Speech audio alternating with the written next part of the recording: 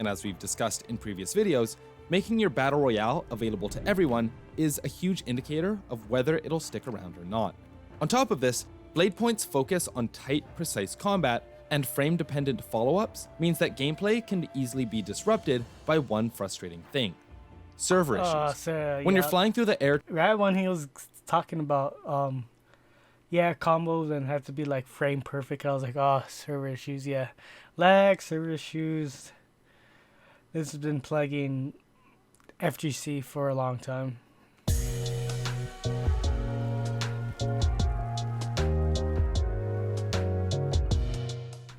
Hey, what's up, y'all? It's me, James, coming back to you in another video.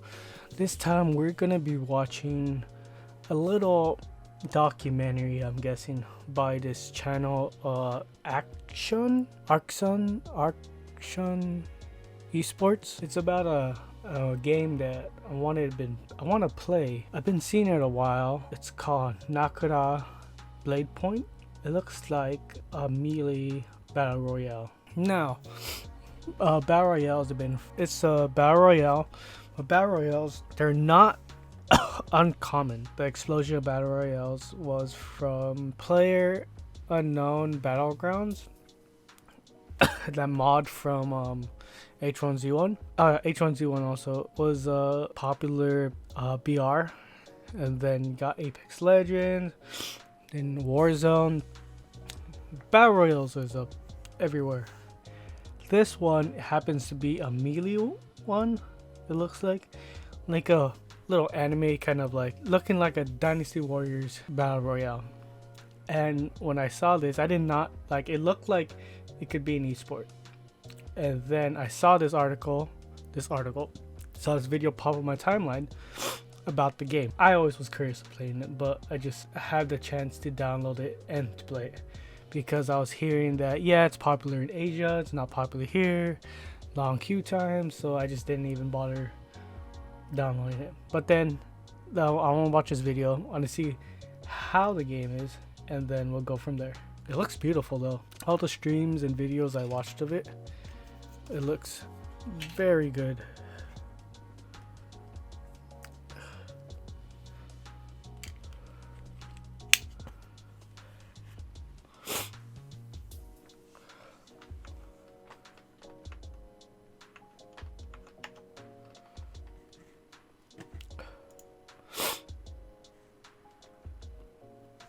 Alright, here we go. 3, 2, 1. All battle royales have the same main objective: be the last one standing. Though many of those games follow a similar concept using firearms. Oh dude, yeah, I forgot. They just showed, what was that game with that party game that's like a BR that blew up? Tim the Tatman and everything was playing it. Fall Guys, yeah. Fall Guys is a really fun BR. Till this day too. None have taken the genre in this direction before. While the game is still young, it's growing more than ever, with a competitive scene already on the horizon, being really sponsored beautiful by the likes of Durex. Oh. This is a game. Best sponsor. That reminds me when what was it? It's one of the adult sites was a big sponsor in FGC. Filipino Man was on it. I can't remember which one was it. And if I say it, it'll probably not demonetize the video. It'll probably not be YouTube safe. It's not The Hub. It's not videos. It's the pink one. Anywho. And I like that jersey too. It was like all censored and everything. Good times. That puts focus and attention on movement and reaction time, and gives you tons of different styles of how you want to play. This is Naraka Bladepoint. Yeah, the artwork is so amazing. Naraka Bladepoint is a third-person battle royale game developed by 24 Entertainment in China. The game's selling point is being a new take on the battle royale genre. Yeah, we know. You've heard that one before. Just stay with us. Yeah, like what I said earlier. Yeah, BRs aren't not popular. BRs are very popular. See, it showed Call of Duty, and I think it showed Apex. Those are the one of the more popular BRs at the moment. Like other BRs, which almost exclusively feature ranged Fortnite. battles with guns or magic or bows and arrows, Oh, rest in Naraka peace. Bladepoint is Shield Spellbound. Spellbreak is Shield Spellbreak. Rest in peace, that game. Game was really fun. I played it for a while. Wasn't that good, but it was fun. Too much aim assist though. The lightning really melted people. If you're using controller, you could like track people so much easier when using lightning. If you're using lightning and a controller and then the aim assist on. But it was a fun game. Just didn't take off. magic or bows and arrows, Naraka Bladepoint is all about getting up close and personal and comboing the hell out of opponents. The combat, which is rooted in Chinese martial arts and was heavily inspired by Chinese wuxia films like Crouching Tiger, Hidden Dragon, and House of Flying Daggers, is theatrical and satisfying. The game features tons of weapons, each That bonk. of which change the way you fight and interact with enemies. Bladepoint has often been compared to Guns the Duel for its focus on precise combos and fast-paced action. See, this is that like that. That was another concern I had. Not a concern. I guess a concern you could say. If you don't know, Guns was like a shooter back in the 2000s. If you wanted to get good, it was very mechanically demanding. I kind of like was worried about because the learning curve of Guns. Oh, dude, how mechanically demanding it was doing like butterfly V's and stuff in that game. It just shot up the learning curve. That's why I didn't kind of want to play this game, because the combos and the learning curve might just be like get really steep, like at the moment. But that shouldn't be.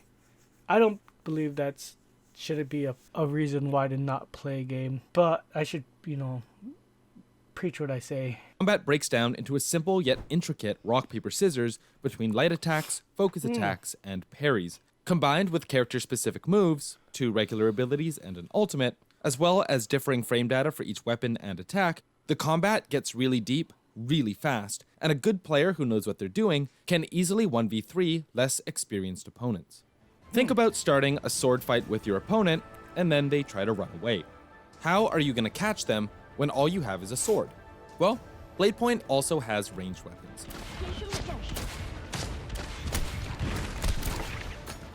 Okay, yeah, I remember watching a stream before, and it was this game, and then it was like 2v1, and then one guy was like shooting the other guy while the other guy was like fighting him with a weapon, and he goes like for assist.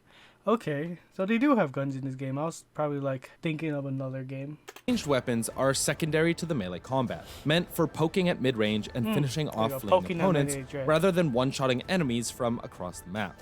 Whether finishing off injured enemies or kiting opponents to try and get them to chase you, Bladepoint melds melee and ranged combat with one of its most satisfying mechanics: movement.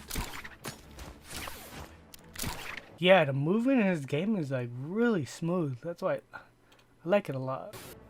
Typically, in open-world battle royales, traversing the map can feel slow and monotonous. PUBG has, on more than one occasion, been referred to as a running simulator. Yep, totally agree. Running simulator, especially if you're playing solo. I feel like PUBG, since the map is like huge, it depends on the person if they like it or not. But since some maps are really huge, and PUBG does feel like a running simulator sometimes. Just getting a firefight, That's why I like dropping in hot, just get in the action. But then like when the action's done sometimes, PUBG, oh my god, it does feel like a running simulator sometimes. Running simulation sometimes. In Bladepoint, you can climb on pretty much everything, free run like it's Assassin's Creed, and grapple from treetop to treetop like Spider-Man or Rico Rodriguez from Just Cause. Speaking of the grapple, it's one of the most fun parts of the game, as you can use it to maneuver in combat, escape sticky situations, and even latch directly onto enemies to close the gap. The combination of deep melee combat, precise ranged weapons, and virtually limitless movement options makes fighting in Bladepoint really, really satisfying. When the game first released, things were going well. They did the classic, pay a bunch of streamers to try the game. Sorry. Had a runny nose. Still do. and drum up hype, and had Soda Poppin' showing off the game's customization. What have you done? While Shroud, Lyric, and Summit 1G ripped trios for a full day on launch. No! Come on, bro! The highly detailed character model came with some mature-rated fan service, which is where you could argue the company has made most of its profits off the game. However, a big government law in China would force 24 Entertainment to make changes to some of their characters' appearances, but we'll get into that later. The game also had a diverse cast of characters a la Apex Legends. For example, Viper is a character that has lots of crowd control and can knock back multiple opponents to prevent getting comboed. Okay, that's new. I thought this game was gonna be like build a character and then you just drop. I did not know it had like hero abilities and everything like that. And I watched the game. I watched streams too, and I didn't catch that. Man. While Kurumi, more of a support character, can heal herself and teammates when things get bad. You can even turn into a giant four-armed monster and simply bludgeon your enemies to death. The game is visually gorgeous, with an aesthetic reminiscent of MMORPGs, and there are a ton of customization options for players to use. However, unlike the Apex Legends launch, Bladepoint isn't free to play. Whack. Whack. I wonder if it's free to play now though. And as we've discussed in previous videos, making your Battle Royale available to everyone is a huge indicator of whether it'll stick around or not. On top of this, Bladepoint's focus on tight, precise combat and frame-dependent follow-ups means that gameplay can easily be disrupted by one frustrating thing: server issues. When you're flying through the air... Right when he was talking about, combos and had to be like frame perfect, I was like, server issues, yeah. Lag, server issues. This has been plaguing FGC for a long time. Luckily, there's rollback in the FGC now. In some games. Some popular games. But it's still an issue. Even in LAN. When there's in LAN tournaments, there's still lag and server issues. A good example of that was I was at Evo Japan. They ran a 2-monitor LAN. Like a LAN tournament. But it was a LAN tournament. But finals, I think top 8 was in 2-monitor setups, and then the second player monitor had lag. You could remember this by Punk going off on tweets saying the lag. I think there was lag also in the Tekken top 8. Instead of running 1 monitor, they ran 2 monitors split. It looks good in like a professional tournament, having the monitor split, having players have their own booth. But if you want to reduce the lag, I think having a 1 monitor setup is way better. That being said, this being a melee based combo game, melee and combo based game, the lag is and the server issue is always going to be a problem. Trying to pinpoint your enemy, nothing will have you throwing your mouse through the wall faster than a lag spike or rubber band that drops the combo and gets you killed. For all its tight movement and deep, rewarding combat, if you can't partake in it without being disrupted by a poor connection, what's the point? The game also... No, I feel that guy's pain. I feel that player's pain. Ugh, that sucks, man. And it can't even be like, oh yeah, skill issue. That was literally like the server side's issue. Right in the middle of his combo too, man. Has an insane skill curve.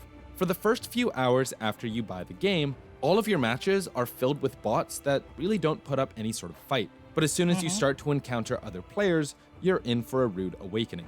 Animation canceling, team combos, these are things that you don't just learn through a tutorial or playing against bots. And getting better playered over and over is incredibly frustrating, especially in a battle royale where you have to start from scratch every time you die. Okay, so my predictions was right. Learning curve is very steep.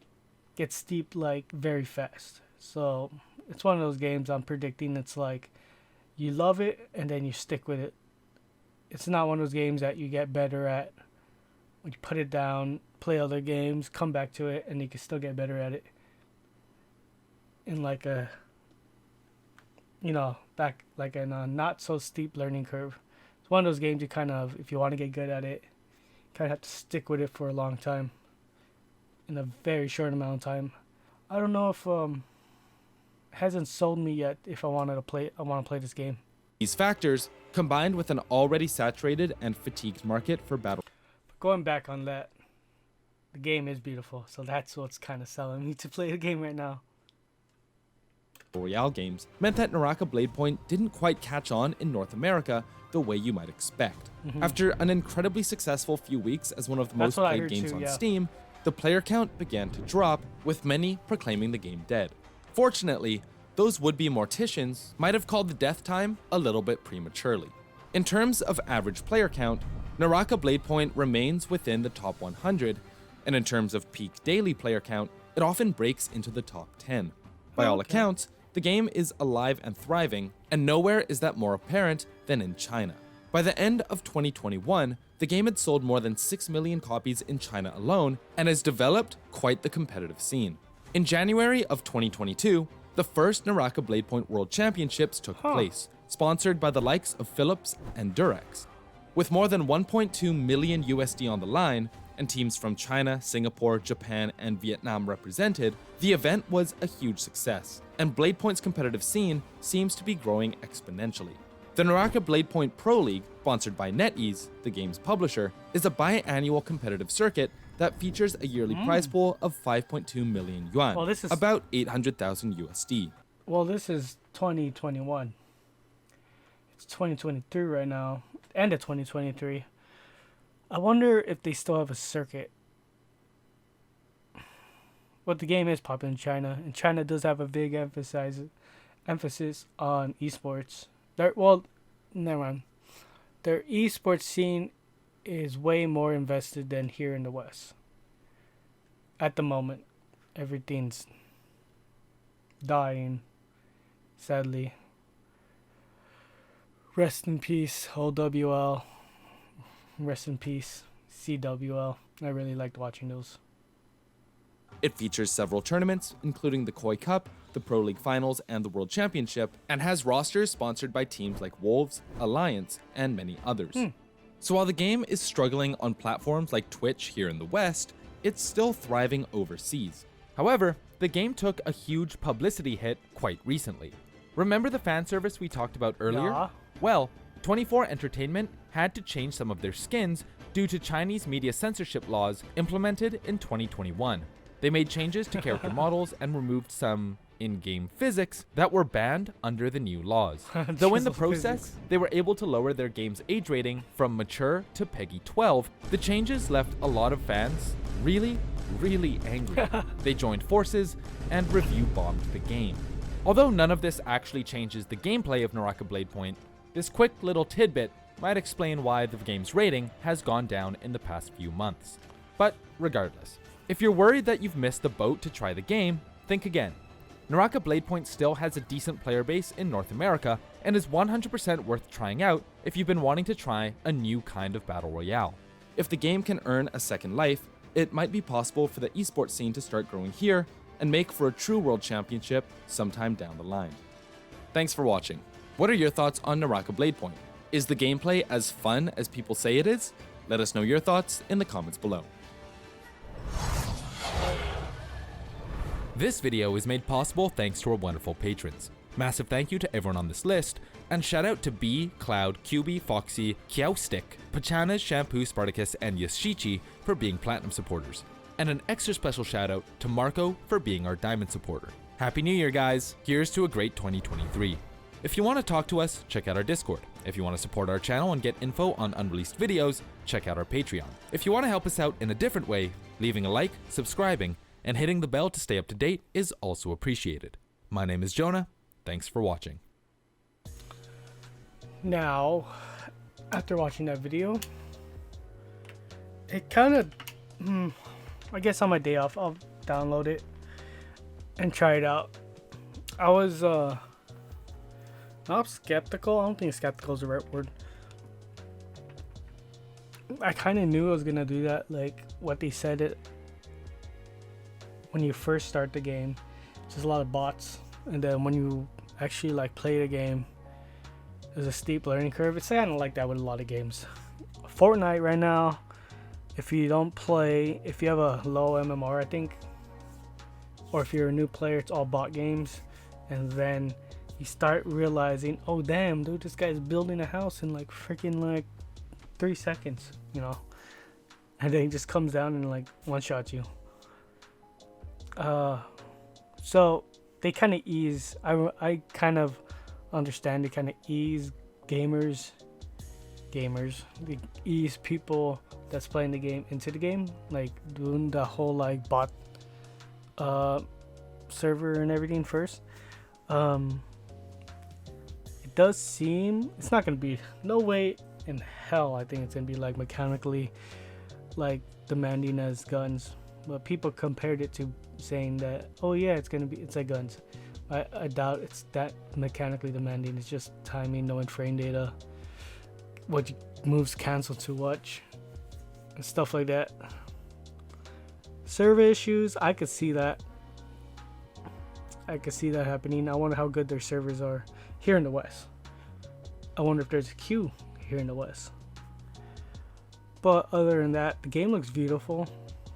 I really like visually how the game looks. I don't know if my PC could run it at that high res.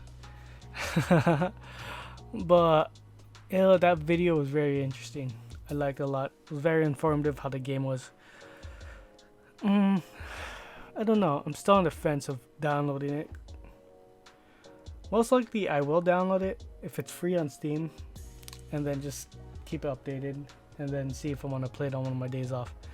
But for now, it's just zombies. See, Call of Duty Modern Warfare 3 zombies. That's what's getting my dopamine at the moment. And who knows, maybe it would be like my go-to battle royale. Anyways, that was a great video from Action Esports, Action Esports, and then their videos are really good. I like it. I'll probably watch another one. I just see right here about an old video game from my childhood that now is a esport from Game Boy Advance, Advance Wars.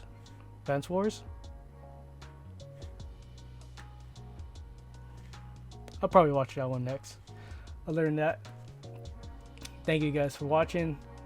My name is, as you can tell, I am still new to this. Please leave a comment down below if you have any, if you want to play this game. As you can see, I'm still new to this. Please leave some constructive criticism down below, how I can improve this channel and everything. And what is your favorite BR at the moment, and if you would like to play this game. Like and subscribe, and again, it's me, James, and I'll see y'all next time, and hope y'all have a good one. Peace.